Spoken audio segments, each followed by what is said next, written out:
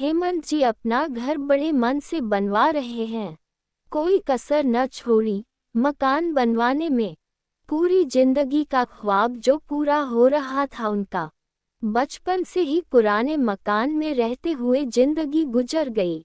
अब अपने घर का सपना पूरा हो रहा था। सारा दिन मकान बनवाने की भागा दौड़ी में ही लगे रहते। पैसा भी अपने बजट से ज्यादा ही लगाया। जैसे जैसे मकान पूरा होता जा रहा था उनके मन में और परिवार में खुशियां भी फैल रही थी। अपने घर का सपना किसको अच्छा नहीं लगता भला। एक दिन जयपुर से उनके पिताजी के मित्र आए। उनके मकान पर निर्माण कार्य चल रहा था। जयपुर वाले सुभाष चाचा जी बनता हुआ मकान देखने के लिए आ गए।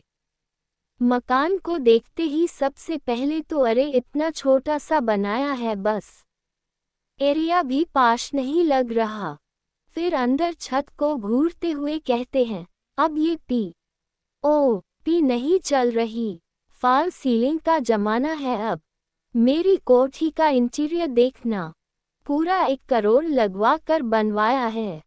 4 करोड़ में तैयार हुई है पूरी बिल्डिंग और अपनी बड़ाई मारते रहे।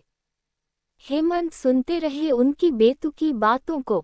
जब उनकी बातें खत्म हो गई तब हेमंत सुभाष चाचा से बोले, चाचा जी आप 50-40 लाख रुपया मेरे खाते में डलवा देना। उसके बाद आप जैसा बताएंगे मैं वैसा ही इंटीरियर करा लूंगा, क्योंकि मेरी तो जितनी चादर है मैं उतना ही पैर फैला सकता हूँ।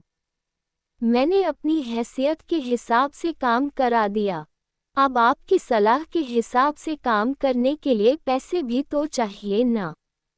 अभी आप ही दे देना, आखिर भतीजे के लिए इतना तो कर ही सकते हैं ना। हेमंत की बात सुनकर चाचा सकपका गए। अरे कैसी बात कर रहे हो तुम? चाचा बोले, इसमें गलत क्या है? बिना मांगे सलाह देना तो बहुत आसान है, सहायता करना कठिन। आप जब इतनी कानून पढ़ ही रहे हो तो थोड़ी सी सहायता भी कर दो। मेरा मकान आपकी पसंद का ही बन जाएगा और जब आपका मन करे तो रहने भी आ जाना। अरे मुझे कुछ जरूरी काम है। ऐसा कहकर जयपुर वाले चाचा जल्दी जल्दी रफा दफा हो गए।